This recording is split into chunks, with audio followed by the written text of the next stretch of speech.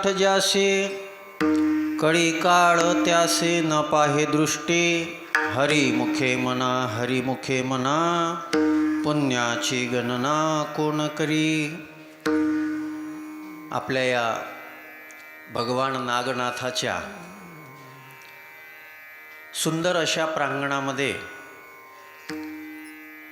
आणि पवित्र वातावरणामध्ये, पवित्र काळामध्ये संपन्न होत असणारा आपला हा उत्सव आहे.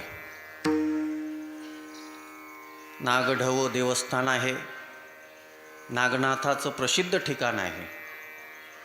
आणि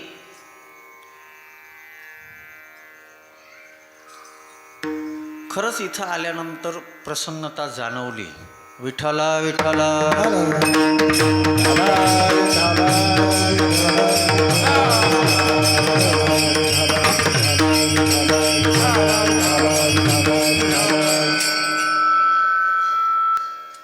सिट्टी नको मारू देऊ. फार कमी लोक आहेत, काही फार मोठा आवाज नाही पाहिजे आपल्याला. एवढ्या सगळ्यांना ऐकू गेलं. घरच्यांची सोय नका करू, इथं जे आहे त्यांची सोय करा. आणि सिट्टी नको वाजवू देऊ. काय परमार्थातलं सगळ्यात मोठं पथ्य आहे, सिट्टी नाही वाजली पाहिजे. सिट्टी तमाशात चालते. विठ्ठला विठ्ठला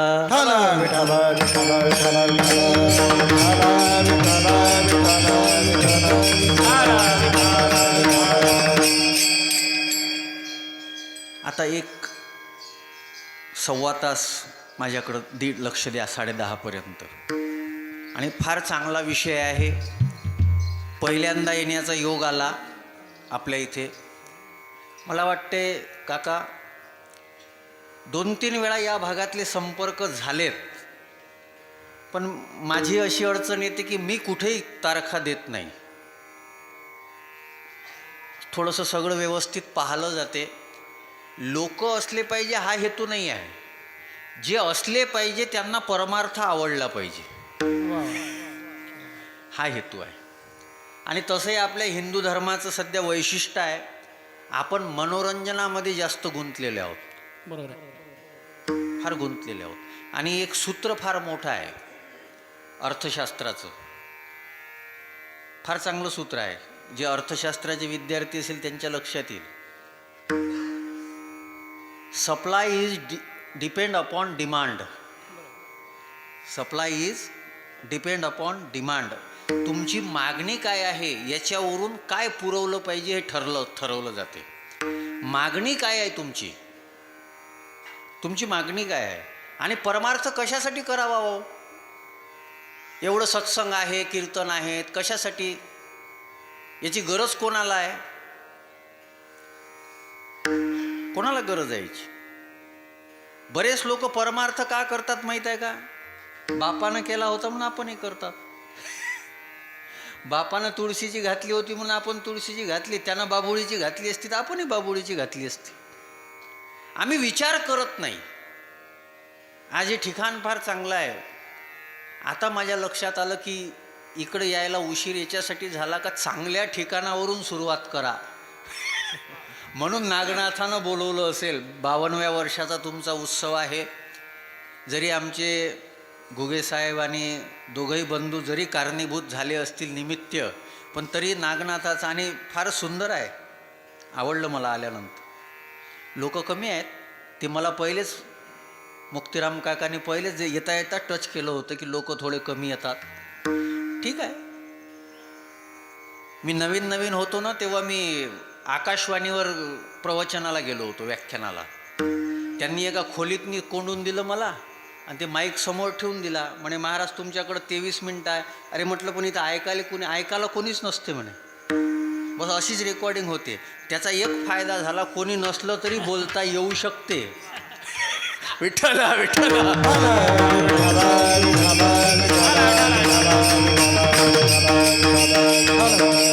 पण तुम्ही निमित्त आहात. तुम्ही निमित्त आहात. बोलायचं जे आहे ते नागनाथाला आहे, त्याला सांगायचं आहे. आणि श्रोत्याकरता शंकराचीच उपमा दिलेली आहे. प्रभू तुम्ही महेशाची मूर्ती, मी दुबळा अर्चतसे भक्ती. तुम्ही सामान्य नाहीत, तुम्ही सामान्य नाही.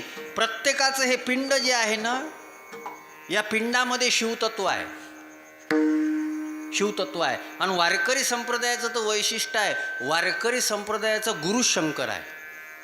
आदिनाथ गुरु सकळ सिद्धांचा, आदिनाथ गुरु सकळ सिद्धांचा, आदिनाथ गुरु सकळ सिद्धांचा, आदिनाथ गुरु सकळ सिद्धांचा, आदिनाथ गुरु सकळ सिद्धांचा, आदिनाथ गुरु सकळ सिद्धांचा, आदिनाथ गुरु सकळ सिद्धांचा, आदिनाथ गुरु सकळ सिद्धांचा. मच्छिंद्रदयाचा मुख्य शिष्य, मच्छिंद्रदयाचा मुख्य शिष्य, मच्छिंद्रदयाचा मुख्य शिष्य, मच्छिंद्रदयाचा मुख्य शिष्य, मच्छिंद्रदयाचा मुख्य शिष्य, मच्छिंद्राने बोध गोरक्षासी केला, मच्छिंद्राने बोध गोरक्षासी केला, केला केला केला केला केला, मच्छिंद्राने बोध गोरक्षासी केला, मच्छिंद्राने बोध गोरक्षासी केला,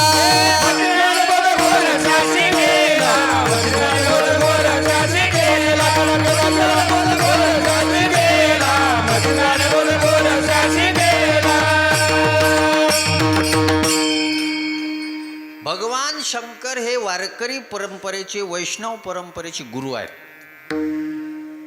हे फक्त ज्ञानोबा यांनी सांगितलं असं नाही. रामायणामध्ये तुलसीदासजी महाराजांनी भगवान शंकराला तुम त्रिभुवन गुरु वेद बखाना, वेद सुद्धा सांगते की हे त्रिभुवनाचे गुरु आहेत. आणि महाराज शंकर भगवान जरी असले पण शंकरामध्ये भक्ताचे लक्षण आहे, देव आहेत. आणि सगळ्या देवांचा जन्म वगैरे दिसतो तुम्हाला. भगवान शंकराचं फार मोठं वैशिष्ट्य आहे, कोणी सांगू शकत नाही. अजन्मा तत्व आहे, अजन्मा तत्व आहे. म्हणून आज दुपारी इकडे येत असताना माझ्या डोक्यामध्ये विचार चालू होता, म्हटलं नेमकं काय बोलावं, कोणाकोणाला काय बोलावं हा विचार आहे. मला काय काय बोलावं हा विचार पडतो. इथं उभं राहिल्यानंतर काय काय बोलावं. आणि प्रत्येक वेळचा अनुभव असा आहे, कीर्तन झाल्यानंतर असंच वाटते की काहीतरी सांगायचं राहून गेलं. म्हणून नागनाथाचं हे जीवन आहे, नागनाथाचं अनुष्ठान आहे. आणि भगवान शंकराला आपण नागनाथ म्हणतो. ही सनातन परंपरा इतकी श्रेष्ठ आहे, ही सनातन परंपरा इतकी श्रेष्ठ आहे, जे विषारी आहे त्यांनाही आम्ही देव म्हटलं. फक्त ते विषारी जे आहे त्या विषारी तत्वासोबत तुम्हाला संबंध जुळवता आले पाहिजे. म्हणून जे निघाल्यानंतर चांगले चांगले लोक घर सोडून देतात, नाग निघाल्यानंतर भगवान शंकरानं त्याला आभूषण बनवलं. भगवान शंकरानं त्याला आभूषण बनवलं. आणि नाग हे प्रतीक कशाचं आहे? मृत्यू. नाग नाव घेतलं की आमच्या डोळ्यासमोर उभा राहतो तो मृत्यू. आणि मग भगवान शंकरानं मृत्यूला सुद्धा आभूषण बनवलेलं आहे. आणि हे परमार्थातलं सगळ्यात मोठेपण आहे. कोणी संपत्तीनं मोठी असते, कोणी सत्तेनं मोठं असते, पण जगामध्ये सगळ्यात मोठा तो आहे ज्यानं मृत्यूवर विजय प्राप्त केला, ज्यानं प्रकृतीवर विजय प्राप्त केला. आमच्या संतांचे शब्द आहेत, आमचे संत का मोठे आहे?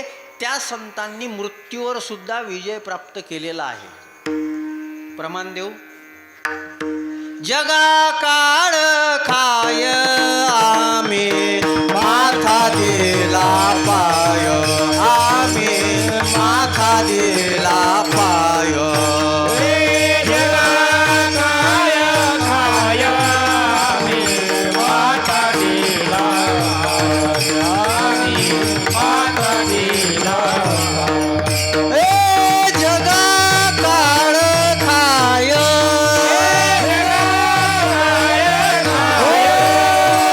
जगा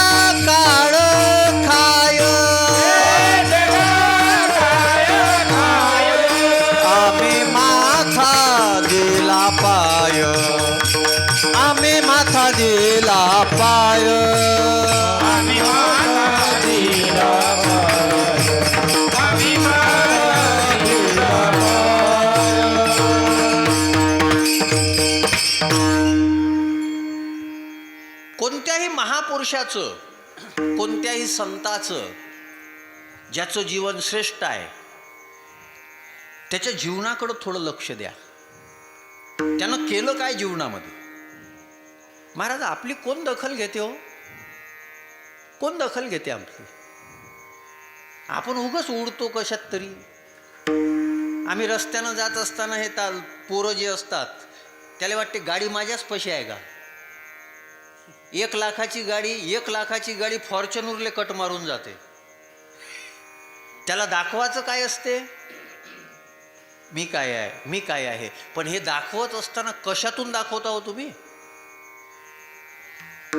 आमच्या शहीद भगतसिंगचं जीवन जे आहे ते 23 वर्षाचं आहे. 23 वर्षाचं, पण त्यानं दाखवून दिलं. छत्रपती शिवाजी महाराजांचं आयुष्य 50 वर्षाचं आहे, पण त्यांनी दाखवून दिलं.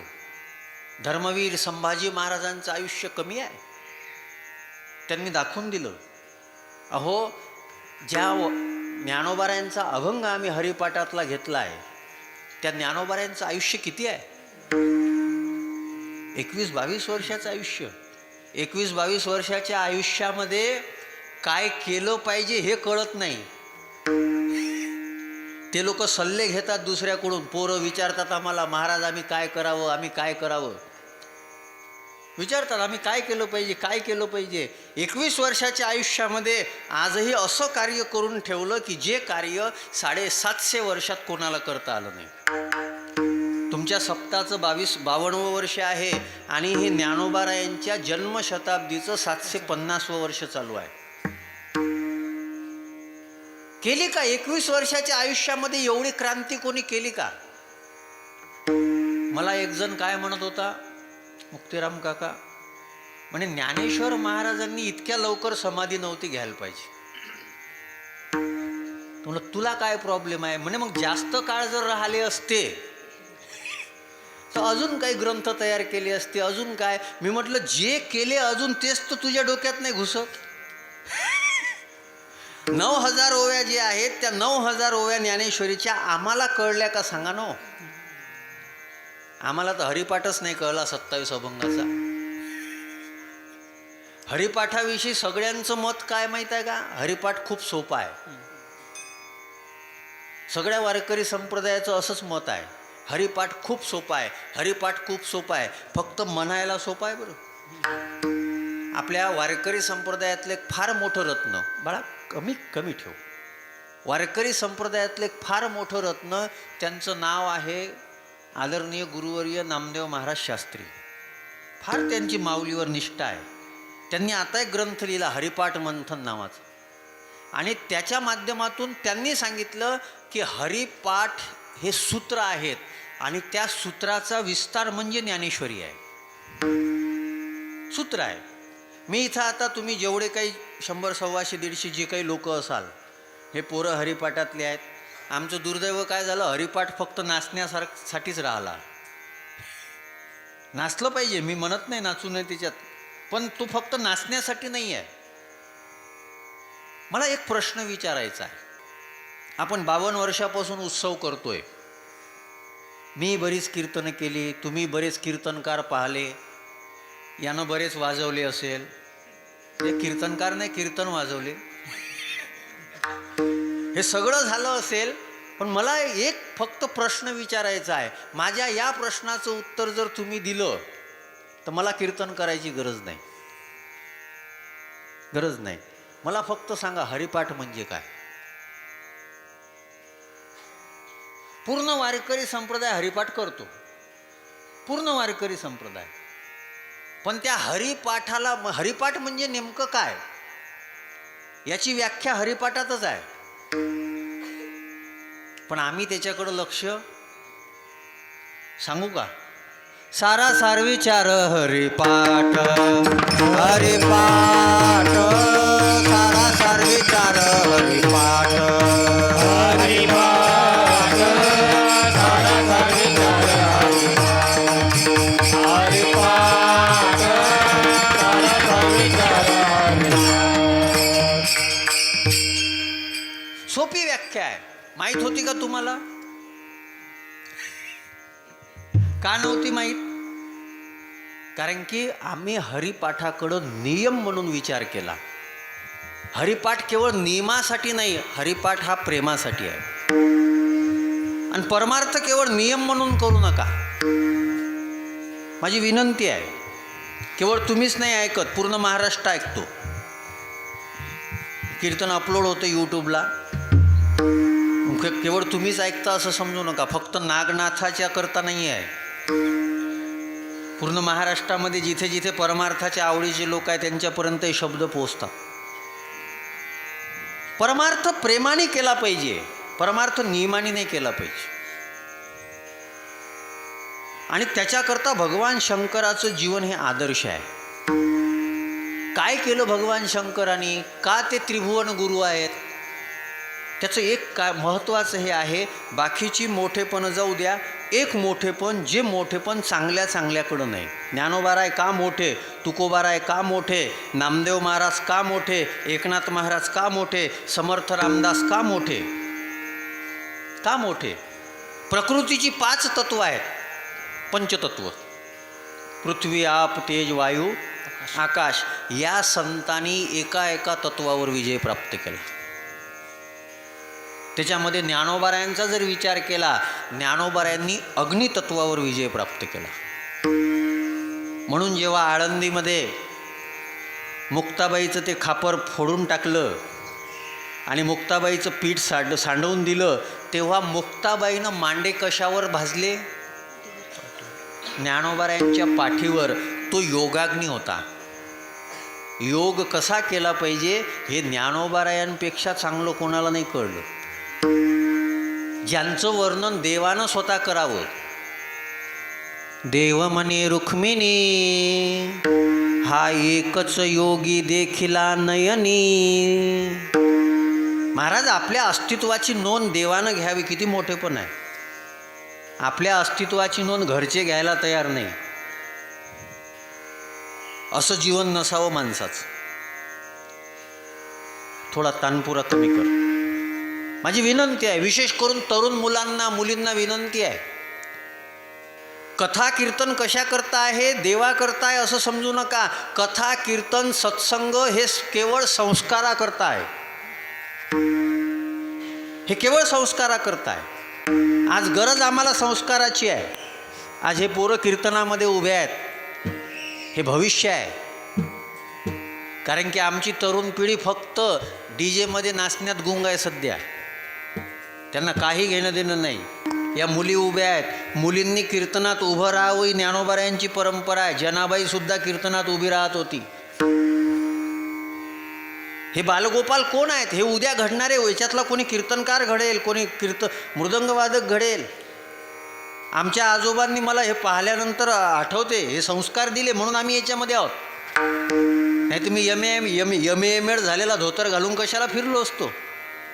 मी एखादा टाईट पॅन्ट घालून, मोठे मोठे बूटं घालून फिरलो असतो ना कुठंतरी. कशाला नोकरी सोडून याच्यात आलो असतो. कशाला आलो आहे?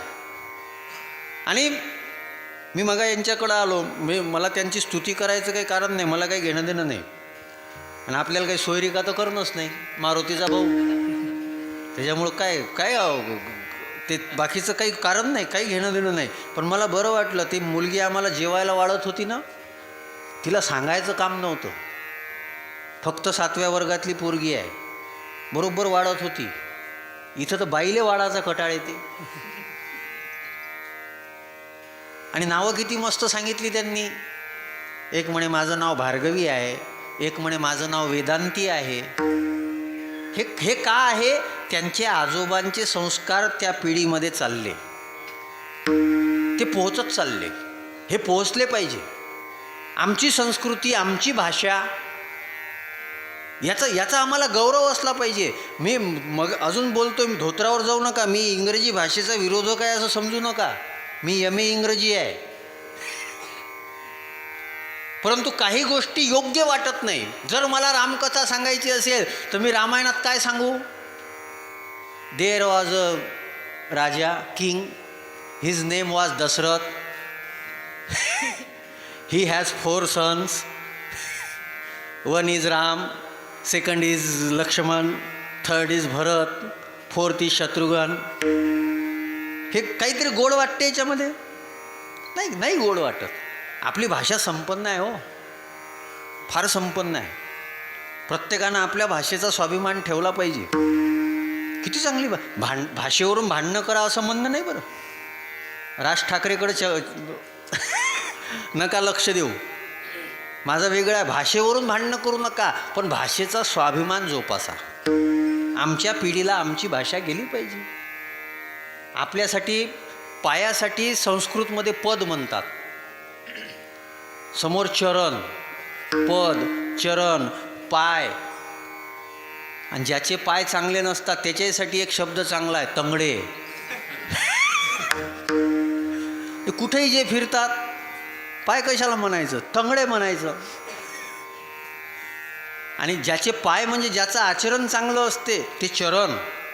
महाराज तुमचे चरण आमच्या घरी लागू द्या.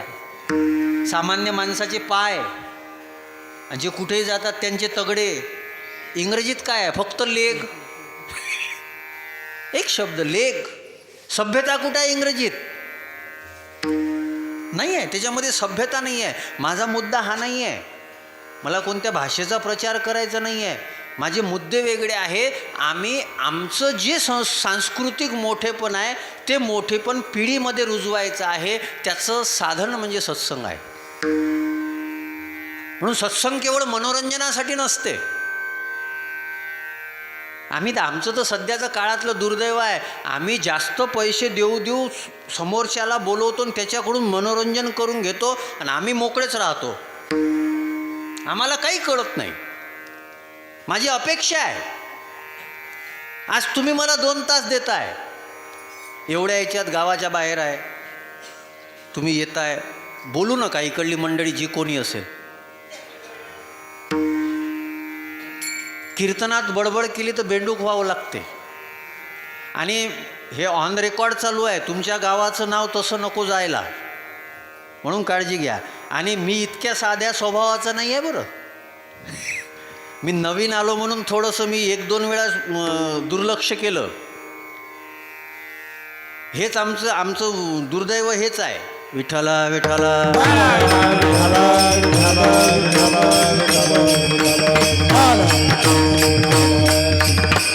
अहो, आम्ही 1-1.5 तासपर्यंत शांत राहू शकत नाही. आणि अशांतस्य कृतम सुखम, भगवद्गीता सांगते. जो अशांत आहे त्याला सुख कुठं मिळेल? आज आम्हाला शिस्त लागली पाहिजे. आज आम्हाला सवय लागली पाहिजे. आम्ही गुलाम झालो. गुलाम कशाचे गुलाम? माणसाचे, पैशाचे जाऊ द्या, या साध्या मोबाईलचे गुलाम आहोत आम्ही. तो वाजला का ते लहान लेकराचं कसं चड्डी ओली झाली का पाहत राहावं लागते, तसं हे मॅसेज वाजला का पाहत राहावं लागते का काय आलं काय आलं काय आलं. एवढा मोठा माणूस, त्या माणसामध्ये इतकं सामर्थ्य आहे की तो माणूस काहीही बनवू शकतो. आज ज्ञानोबारांनी 21 वर्षाच्या वयामध्ये एक तत्वावर विजय प्राप्त केला. ते तत्व म्हणजे योगाग्नी. अग्नितत्वावर विजय आहे. दुसरा विचार जर केला नामदेव महाराजांचा, नामदेव महाराजांनी पृथ्वी तत्वावर विजय प्राप्त केला. म्हणून समाधी कुठं आहे? पायरी, पृथ्वी. देव म्हणायला आले होते, नामदेवा तुम्ही खूप चांगलं भजन केलं, नामदेवा तुम्ही खूप चांगली कीर्तनं केली, त्या कीर्तनाच्या माध्यमातून जगामध्ये ज्ञानदीप लावले तुम्ही. एक काम करा, वैकुंठात चाला. नामदेव महाराजांनी सांगितलं, वैकुंठी जाऊन काय बा करावे, उगीच बसावे मौन रूप, उगीच बसावे मौन रूप, उगीच बसावे मौन रूप. वैकुंठी जाऊन काय बा करावे, उगीच बसावे मौन रूप, उगीच बसावे मौन रूप, उगीच बसावे मौन रूप. वैकुंठी जाऊन काय बा करावे, वैकुंठी जाऊन काय बा करावे, वैकुंठी जाऊन काय बा करावे, वैकुंठी जाऊन काय बा करावे, उगीच बसावे मौन रूप उगीच बसावे मौन रूप उगीच बसावे मौन रूप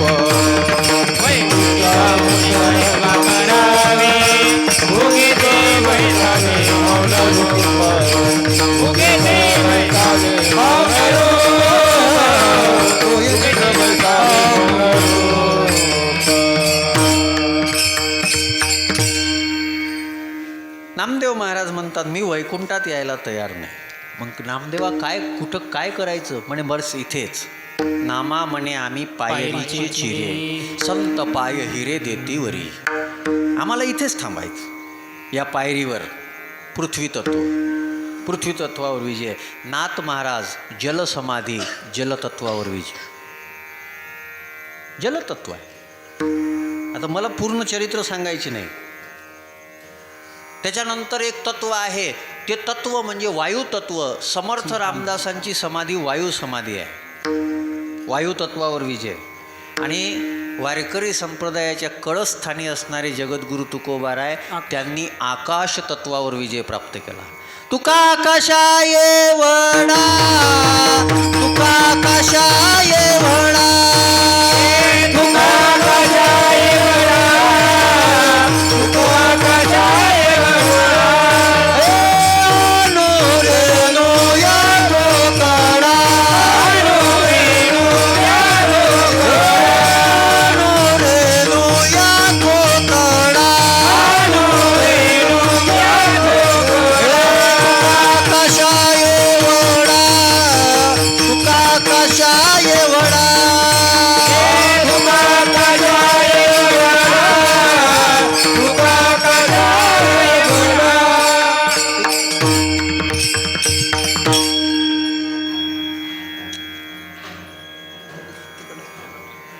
विठ्ठला विठ्ठला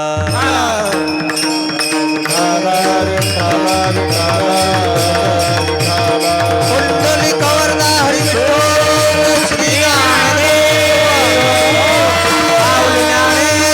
महाराज जगद्गुरु तुकाराम महाराज नागनाथ भगवान. तुकोबाराय म्हणतात आकाशा एवढा.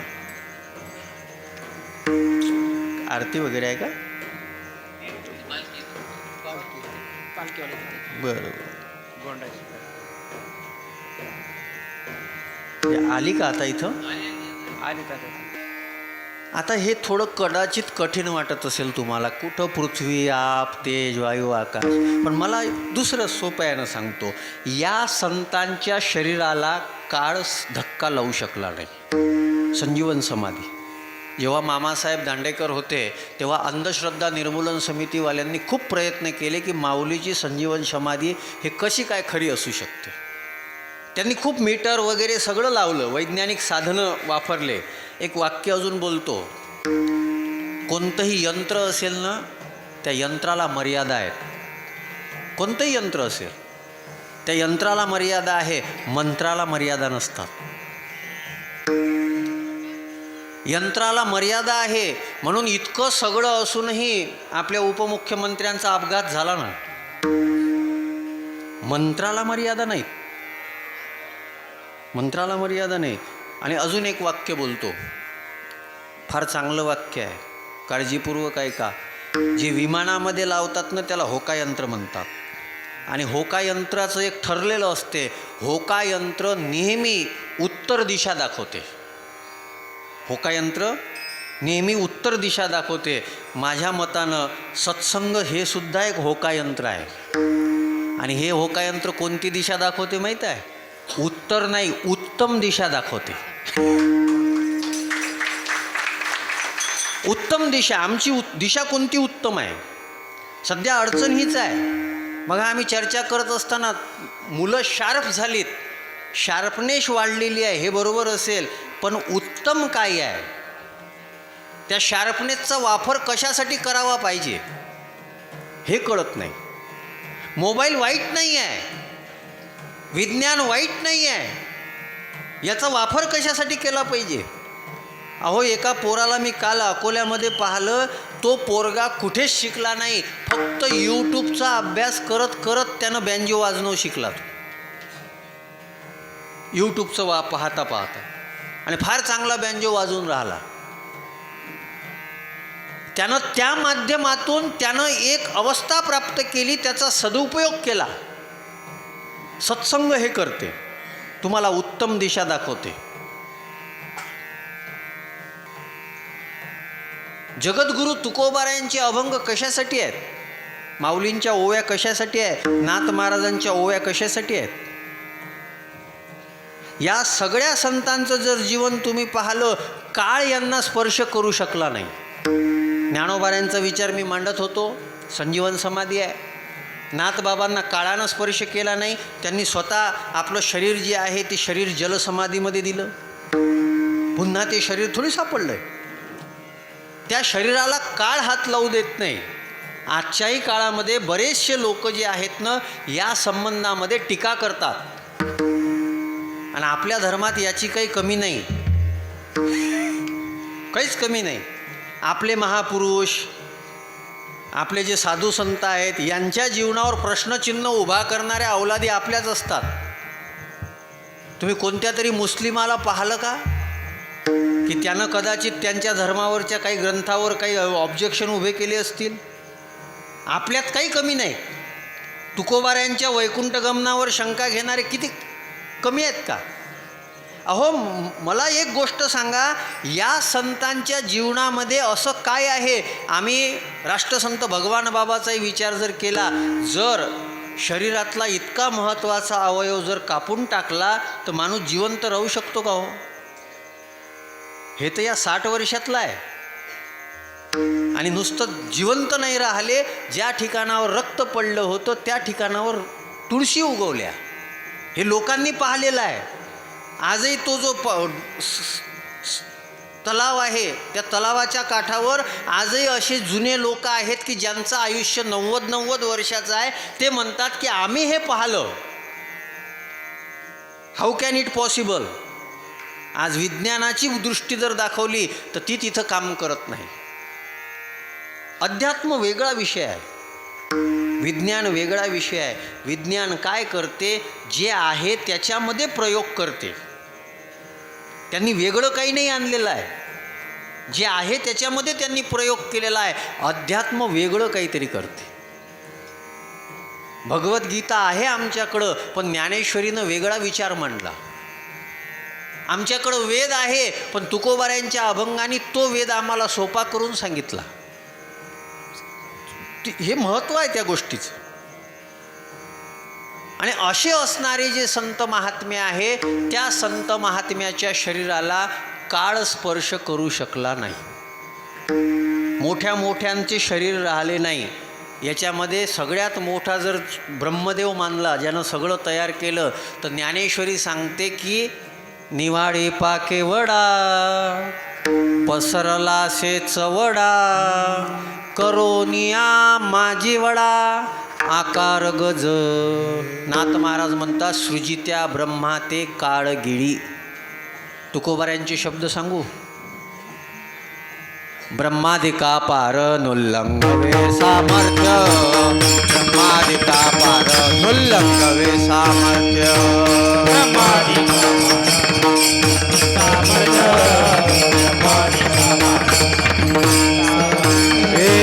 करेता विचार, तवा दृढ संसार, हे ब्रह्मादिका पार नुल्लंघवे सामर्थ्य, ब्रह्मादिका पार नुल्लंघवे सामर्थ्य, ब्रह्मादिका पार नुल्लंघवे सामर्थ्य, ब्रह्मादिका पार नुल्लंघवे सामर्थ्य. करिता विचार तवा हा दृढ संसार, ब्रह्मादिका पार नुल्लंघवे सामर्थ्य. मी कितीतरी प्रमाण तुम्हाला देऊ शकतो. एथ नाही उरो आले अवतार, एरते पामर जीव किती. पण अशाही काळामध्ये जर आम्ही तुकोबारायांचा विचार केला तर तुकोबारायांच्या शरीराला काळ हात लावू शकला नाही. अजून वेगळं सांगू, काळानं सुद्धा नमस्कार करावा इतके संत मोठे असतात. काळ गुलाम करी सर हा मी प्रमाणानंच सांगतो. सांगू नको. नाही हे ऐकतच नसतात. त्याला बंद करायला वागलं. नाही ठीक आहे ते. आपल्यात असेच खूप आहेत, ज्याच्यावर लक्ष दिलं पाहिजे त्याच्यावर लक्ष देत नाहीत. याच्यात जास्त गुंग आहेत आपले. तुम्हाला एक गोष्ट सांगू का अजून भागवतातली. विक्षेप होत होता म्हणून ध्रुव बाळ गंगेच्या काठावरून उठून चालले होते. विक्षेप होत होता भजनामध्ये म्हणून ध्रुव बाळ गंगेच्या काठावरून उठून चालले होते. गंगा स्वतः प्रगट झाली आणि गंगेनं सांगितलं महाराज जाऊ नका. म्हणे आई मी तर इथे भजनासाठीच आलो, पण तुझा जो आवाज आहे ना त्या आवाजामुळं माझी एकाग्रता भंग होते म्हणून मी उठून चाललो होतो. गंगेनं सांगितलं उठून जाऊ नका, मी इथं आवाज करणार नाही. आजही त्या ठिकाणावर गंगेचा आवाज येत नाही. भजन कीर्तन इतकं श्रेष्ठ होते का त्याच्यासाठी गंगा आपला आवाज बंद करते. आता हे डपड्यावालेच आहेत. यांना जर आवाज कुठं करावा आणि कुठं नाही करावा हे कळलं असतं तर हे गंगेसारखे श्रेष्ठ नसते झाले का. हे आमच्या तडाक्यात सापडले पाहिजे. विठ्ठला विठ्ठला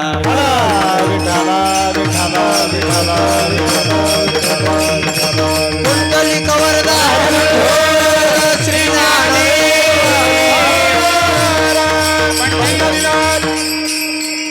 मुक्तिराम काका त्या दिवशी आमच्या गावामध्ये संदल होती.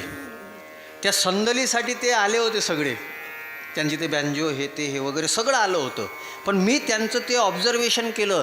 जेव्हा नमाज चालू झाली ना त्यांनी सगळं बंद केलं.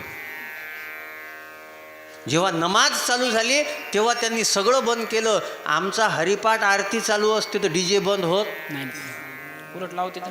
उलट जोऱ्यानं लावतात. काय आपला धर्म मोठा होणार आहे. हेच कळलं पाहिजे. याचं कारण काय आहे. आम्ही ज्ञानापासून दूर चाललो. आम्ही तत्वज्ञानापासून दूर चाललो. ज्ञानोबारायांनी अवतार घेऊन हे सगळं संतांनी सांगितलं. संत काही कमी नाही पडले. वाजत असे बोंब कोणी नाही कधी काने, हे वाजत असे बोंब कोणी नाही कधी काने,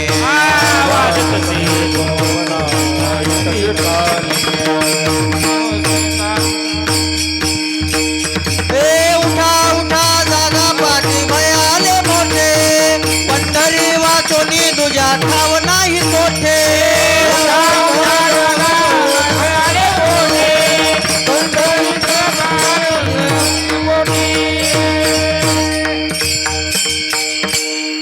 संतांनी शब्द वापरले की बाबा आम्ही ताहो पिठू पिठू सांगितला, पण वाजत असे बोंब कोणी नाही कती कानी.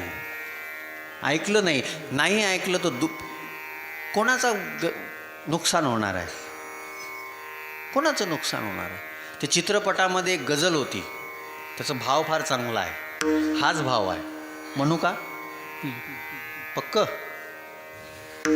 ठाकरे साहेब म्हणू का. तुम्ही कीर्तन ऐकायला आले का गझल ऐकायला आले. त्याचा भाव चांगला आहे. रसीद किसे सुनाऊ गली में गजल, राशिद किसे सुनाऊ गली में गजल, उसके मका का कोई दरीचा खुला न था, राशिद किसे सुनाऊ गली में गजल. संत सांगायला आले. मी गझल सांगतो. सुफी होता तो. मी गझल सांगतो पण कोणाला सांगू. लोकांनी खिडक्या बंद केल्या. राशिद किसे सुनाऊ गली में गजल, उसके मका का कोई दरीचा खुला नव्हता. दरवाजाही खुला नव्हता. दरवाजे लावू नका बरं. जेव्हा संतांचं ज्ञान तुमच्या कानापाशी यायला तयार असते तेव्हा कान बंद करू नका. जेव्हा संताचं रूप, नागनाथाचं रूप तुमच्या डोळ्यापुढे यायला तयार असते, तेव्हा डोळे बंद करू नका. आणि सगळ्यात महत्त्वाचं, आमच्या हृदयाचे दरवाजे बंद करू नका. आम्हाला सवय पडली. तुकोबारायांनी बंद नाही केले. म्हणून तुकोबाराय काय म्हणतात माहीत आहे, भजनी विक्षेप हेची पै मरण. माझे बरेच ठिकाणी हे प्रॉब्लेम असतात की मला विक्षेप नाही चालत, कारण की मलाही वाटते की माझं फक्त नामदेव महाराजांच्याच कीर्तनात देव होता असं नाही. जर खरंच कीर्तन असेल तर कोणाच्याही कीर्तनात देव असतो, कोणाच्याही कीर्तनामध्ये देव असतो. आणि कीर्तनातली संगती म्हणजे देवाची संगती आहे. इथे कुठे न कुठे पांडुरंग उभा आहे, तो उभा आहे. आणि तुम्ही 2 तास जर कीर्तनामध्ये बसता तर तुम्ही सामान्य याच्यासोबत नाही, तुम्ही विठ्ठलासोबत आहात. तो विठ्ठल सुद्धा इथं आलेला आहे, तो नागनाथ सुद्धा ऐकतोय, तो ऐकतोय.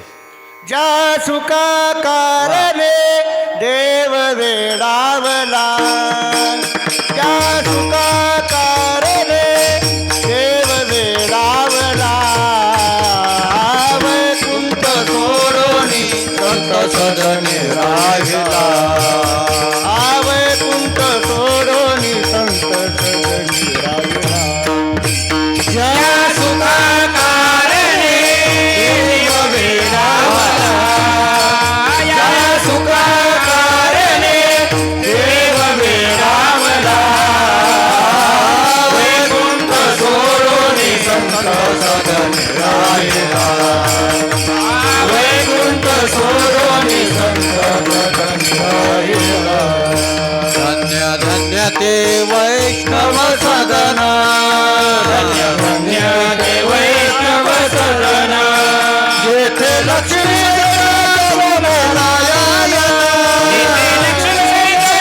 नारायण, या सुखा कारणे देव वेडावला, या सुखा कारणे देव वेडावला, वैकुंठ सोडून संत सदनी राहिला, वैकुंठ सोडून संत सदनी राहिला.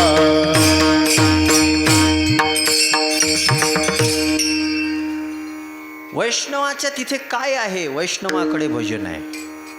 आणि या भजनामध्ये काय सामर्थ्य आहे? संतांना, महापुरुषांना, भगवत भक्ताला जे मोठेपण प्राप्त झालं ते कशामुळं प्राप्त झालं? माझा विषय काय चालू होता? सगळ्यात मोठेपण आहे काळावर विजय प्राप्त कर. ब्रह्मदेवाला शक्य नाही, देवतांना शक्य झालं नाही, संतांना कसं काय शक्य झालं? बरं, काळ, देह कोणाचाही असो तो काळाच्याच अधीन आहे. देह हे देह जाईल जाईल त्याशी काळोबा. पण मग संत महात्म्यांच्या देहाला काळानं का हात लावला नाही याचंच उत्तर अभंगाच्या पहिल्या. नित्य सत्यामीत हरी पाठ जासी, नित्य सत्यामीत हरी पाठ जासी, नित्य सत्यामीत हरी पाठ जासी, नित्य सत्यामीत हरी पाठ जासी, नित्य सत्यामीत हरी पाठ जासी, नित्य सत्यामीत हरी पाठ जासी, नित्य सत्यामीत हरी पाठ जासी, नित्य सत्यामीत हरी पाठ जासी. कई काय त्यासी, कई काय त्यासी, न पाहे दृष्टी हरी मुखे मना, हरी मुखे मना, हरी मुखे मना, हरी मुखे मना. करी काळजी, करी काळजी, दृष्टी हरी मुखे मना, हरी मुखे मना, हरी मुखे मना, हरी मुखे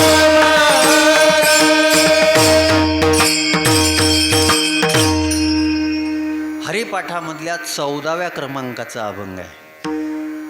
आणि कळीकाळ त्यासी न पाहे, कळीकाळ त्यांच्याकडं दृष्टी टाकत नाही. मला सांगा, आपल्या घरातला साप आपल्या घरात आल्यानंतर आपल्याला स्वस्थ राहू देत नाही. भगवान शंकर गळ्यात स्वस्थपणे कसा काय ठेवतात तो? कसं काय ठेवतात? आणि घुगे साहेब, मला तरी असं वाटते का हे जे विषारी प्राणी आहे ना, त्यांच्यापेक्षा माणसं विषारी झाले. म्हणून भगवान शंकर माणसात राहत नाहीत जास्त, स्मशानात गेले. त्याला माहीत आहे हे लेकाचे राहू देत नाहीत बरोबर. पण आता लोकांनी पुन्हा त्या मिश्रांच्यानं पुन्हा त्याला स्मशानातून बाहेर आणलं. ते मुद्दामून गेले. त्यांना माहीत आहे का इथं कोणी येत, इथं सगळेजण अपवित्र समजतात, म्हणून आपण तिथे जाऊन राहावं, लोक त्रास तर देणार नाही.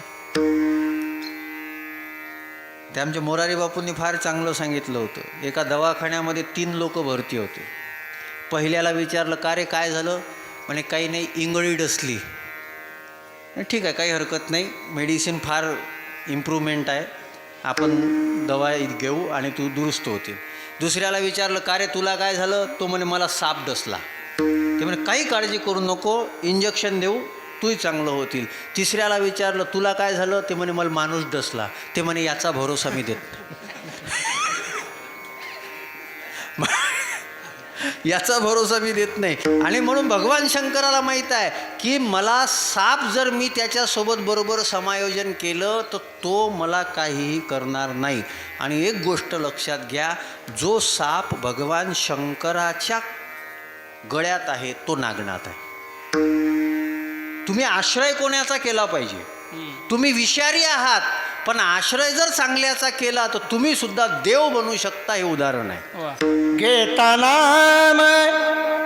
कोणतेही नका देऊ.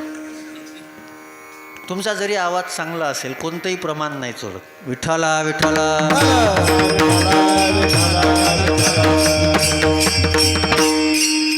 तुम्ही बरीच डेअरिंग करून राहिले होते, म्हणून मी तुम्हाला म्हटलं मला चांगले चांगले प्रमाण देत नाहीत, कारण की मग ते प्रमाणही प्रमाणात असली पाहिजे. विषयांत माझा विषय काय चालू होता? देवाच्या ठिकाणी गेलेले विश्व सुद्धा अंगीकार ज्याचा केला नारायण. हे म्हटलं असतं तर मी म्हणू दिलं असतं. विठ्ठला विठ्ठला.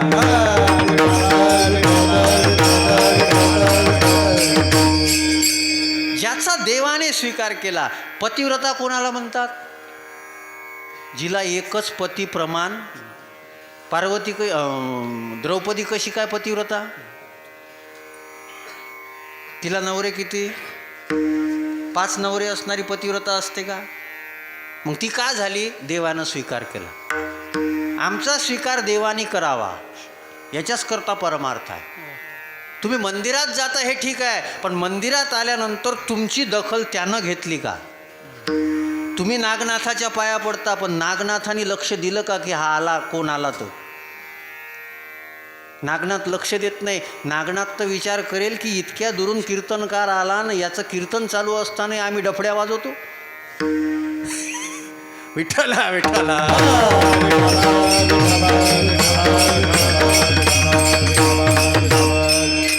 साध्या सोप्या गोष्टी आहे.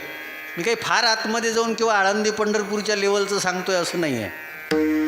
मी मुद्दामून आता थोडं कमी केलं आहे, जास्त एकदम खोलात न जाता सोपं सोपं सांगायचं. आमची परंपरा किती चांगली आहे. आम्ही नागालाही देव म्हटलं, त्याच्यामध्ये सुद्धा देव आहे. पण हेही सांगत असताना तुकोबरायांनी एक सांगितलं की तुमचा अधिकार सुद्धा ओळखा. जरी तुका म्हणे सर्प विंचू नारायण, पण वंदावे दुरून शिवू नये. ते शंकराला शक्य आहे, म्हणून तुम्ही त्याला स्पर्श करण्याच्या भानगडीत पडू नका. मग काळ जर आहे, नाग हा जर काळ आहे, शंकराला का भीती वाटत नाही? अजून सांगू दुसरं. ज्याला सगळं जग घाबरते, पण जो भगवंताचं नामचिंतन करतो ना, त्याला काळ सुद्धा घाबरतो. आणि नुसता घाबरत नाही, एक प्रमाण फार चांगलं आहे. म्हणू का रे बाबा? पक्क दड दड दड दड दुड दुड दुड दुड ए दड दड दड दड दुड दुड दुड दुड ए पळ सुटला कडी काळा बापुडिया रे पळ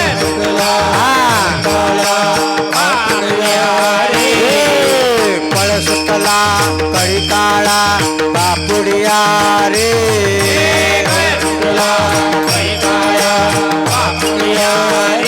शिवनाम शीतल मुकेश्वरी पाका पडिया रे शिवनाम शीतल मुकेश्वरी पाका पडिया रे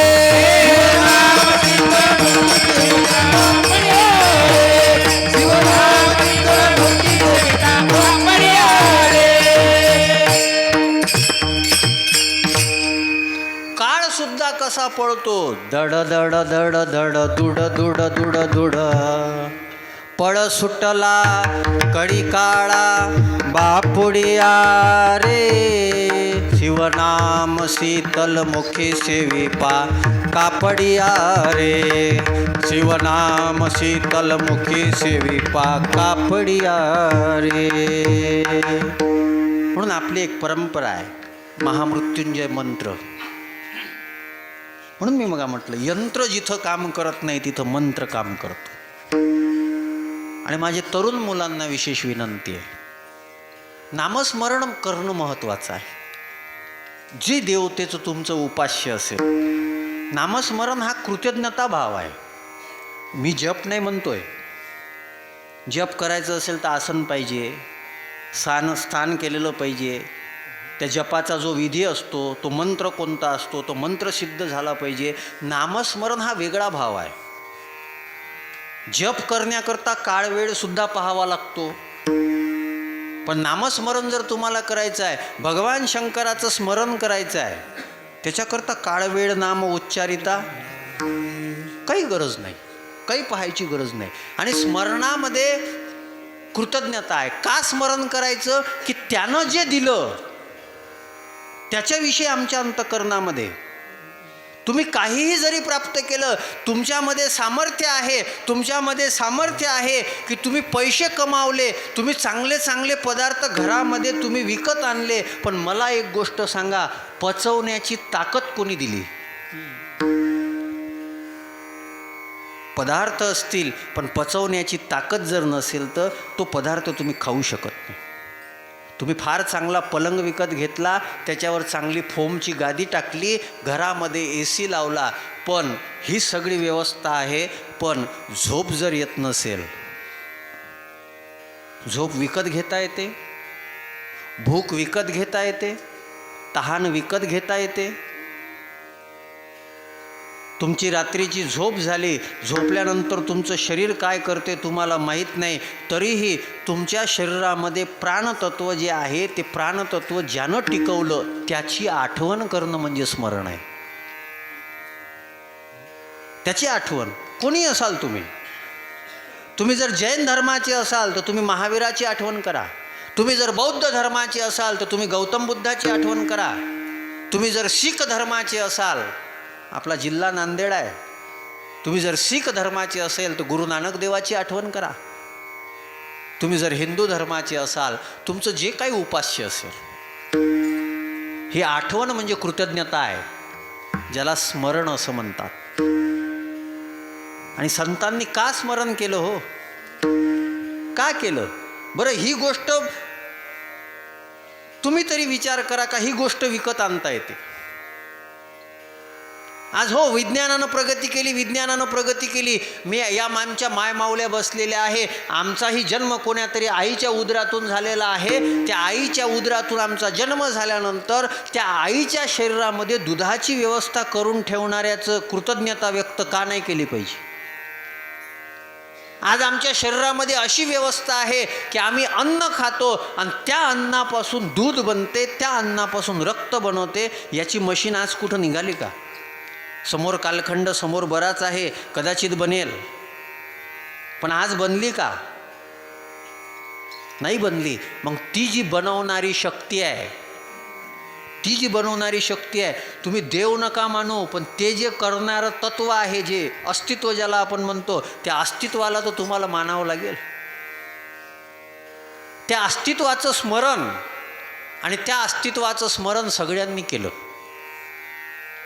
शास्त्रामध्ये जे शब्द आलेले आहेत ना, इति संस्मृत्य संस्मृत्य, स्मरण शब्द आलेला. म्हणून वारकरी संतांनी जप वगैरे हा शब्द फार कमी वापरला. शब्द कोणता वापरलेला? चिंतन, स्मरण, धारक. आम्ही नामाचे जापक आहोत असं संत म्हणत नाहीत.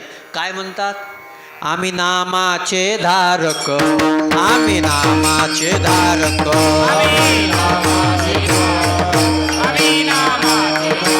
नेनो प्रकार आनिक, नेनो प्रकार आनिक. हे सर्व भाविक, सर्व भाविक. विठ्ठलाची प्रमाण,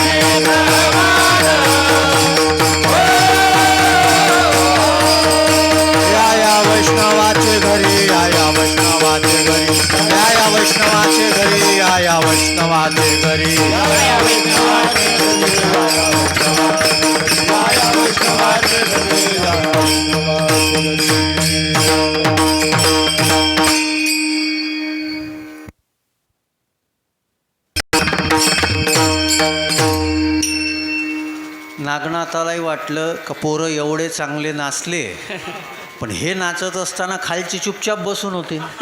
पण हे तसे भजन करणार नाहीत.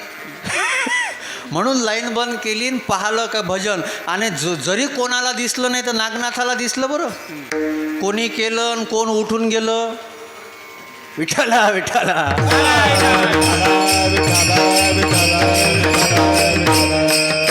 आम्ही नामाचे धारक, आम्ही भक्त नामस्मरण. मला आता नवल वाटते, सगळे संत, वैष्णव परंपरा असेल, निंबार्क असेल, वल्लभ असेल, कोणतीही संत परंपरा असेल, सगळ्या संतांनी कलियुगामध्ये आम्हाला सांगितलं भगवंताचं नामचिंतन करा. आणि हे स्मरण ज्यांनी ज्यांनी केलं त्यांचं जीवन बघा किती श्रेष्ठ आहे. हे स्मरण, हे बरेच लोक वेगवेगळ्या याच्या मागं लागतात. कोणता पंथ निघाला, कोणता संप्रदाय निघाला. आणि विशेष करून जो भाग थोडा दुर्लक्षित आहे, ज्या भागामध्ये शिक्षणाचा पाहिजे तसा प्रचार झालेला नाही आहे ना, त्या भागामध्ये ख्रिश्चन मिशनरीज वगैरे खूप प्रयत्न करतात. आणि ते प्रयत्न करून ते आम्हाला हिंदू धर्मापासून दूर नेतात. ही फार मोठी अडचण आहे. हा धोका का होतोय?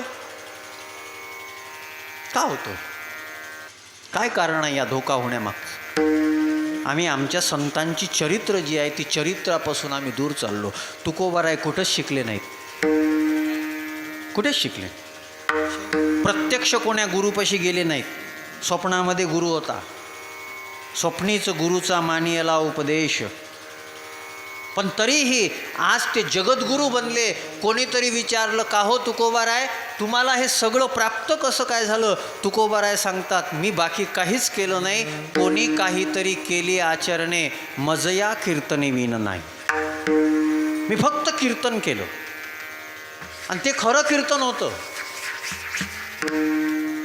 परी विश्वंभरे बोलाविले, परी विश्वंभरे बोलाविले,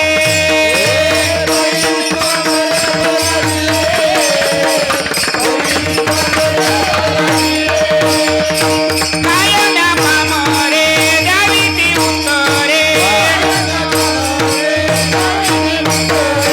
परी विश्वंभरे बोलाविले, परी विश्वंभरे बोलाविले.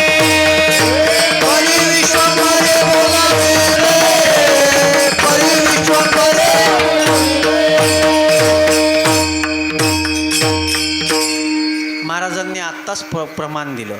तुकोबाराय स्वतःला पामर म्हणून घेतात, पण मी हे कसं करू शकलो? मला देवाने बोलावून घेतलं. पण देवाने तुकोबारायांनाच का निवडलं, दुसऱ्याला का नाही निवडलं? हा प्रश्न आहे ना. काहीतरी तुकोबारायाच्या ठिकाणी होतं आणि काय होतं? भगवंताचं नामचिंतन. कुठेही माझी मज झाली. महाराज थोडासा विचार करा हो, किती नामचिंतन करावं, किती नामचिंतन करावं. या अभंगामध्ये नामचिंतन सगळेच करतात. देखे मनुष्य जात हे सकळ स्वभावता भजनशील. आम्ही थोड्याफार प्रमाणामध्ये सगळं करतो, पण कसं नामचिंतन करावं? माऊली महावैष्णव ज्ञानोबा यांनी 3 विशेषणं लावली. नित्य, सत्य, अमित. अमित शब्दाचा अर्थ होतो ज्याला मर्यादा नाही. आम्हाला लोक म्हणतात, महाराज काय आम्ही 2 माळा करत असतो. अरे पण तिथं दिनरजनी हाची धंदा. तो आल्या 2 माळा कुठं उतू उतू करू राहिला? किती 2 माळाला वेळ किती लागून राहिला? तू 10 मिनटं नामस्मरण करतो आणि महाराजाला जाऊन सांगतो, महाराज आम्ही 2 माळा करत असतो. त्यांची तर अशी अवस्था होती.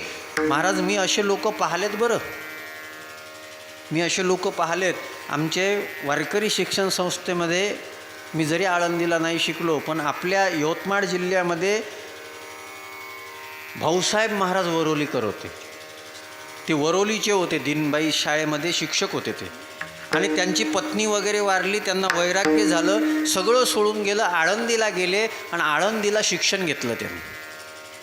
आणि नुसतं शिक्षण नाही घेतलं, जे आळंदीची स्वानंद सुखनिवासी सद्गुरू जोग महाराज वारकरी शिक्षण संस्था आहे, तिथं ते शिक्षक म्हणून लागले.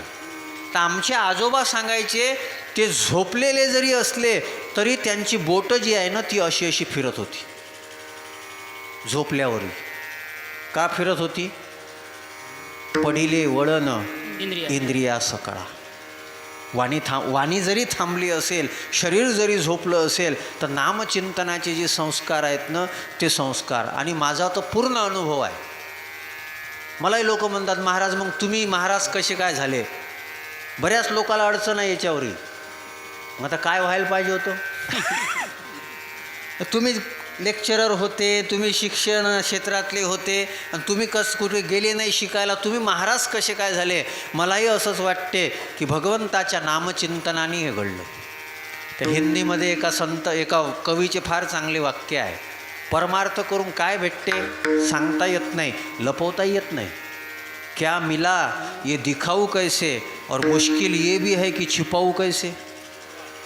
काय भेटलं लपवता येत नाही आणि अडचण अशी आहे की लपवतही नाही ना आणि सांगताही येत नाही. जसं यांनी सांगितलं, आताच प्रमाण दिलं की माझ्याकडून देवाने बोलवून घेतलं. कसं बोलून घेतलं मला माहीत नाही, कसं बोलून घेतलं मला माहीत नाही. काल मी एका लग्नामध्ये होतो. आता लग्नात नवरी नवर देवाच्या जवळ राहणं लोक आहे ना, तिथंही मलाच त्रास देत होते. बरं असं जर नवरदेवानं पाहिलं तर त्याच्या मनात काय विचार यायचा? का बाबा इतकं मी सजलो सगळं झालो, पण लोक लक्ष महाराजावरच देतात, याच्यापेक्षा मी तसंच झालो तर नाही का अडचण यायची? त्यानं लग्नातच तो सावधान झाला तर दुसरा समर्थ रामदास तयार व्हायचा ना. विठ्ठला विठ्ठला.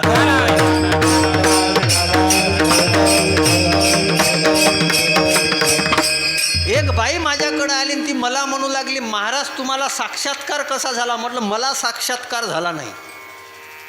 म्हणे मग तुम्ही हे कसं काय झालं? म्हटलं काहीच नाही झालं, ज्ञानोबाराय तुकोबारायांची कृपा, पांडुरंगाची कृपा. आपली कुठं ताकद आहे हो? ज्यांनी स्वतःकडं अभिमान घेतला त्यांचं जीवन नाही काम करू शकत. भगवान शंकराच्या जीवनामध्ये सुद्धा भगवान शंकर सगळ्यात मोठे नामस्मरण करतात, सगळ्यात मोठं. मला ते अभंग म्हणायचे नाहीत, आपल्या पाठ आहे भजन करी महादेव पाठ आहेत आपल्या सगळ्यांचे, आपण नेहमी म्हणतो ते अभंग. खूप नामस्मरण करायचे, खूप नामस्मरण करायचे. आणि म्हणूनच उदाहरण देत असताना भगवान शंकराचंच उदाहरण दिलं तिसऱ्या चरणामध्ये. हरी हरी हरी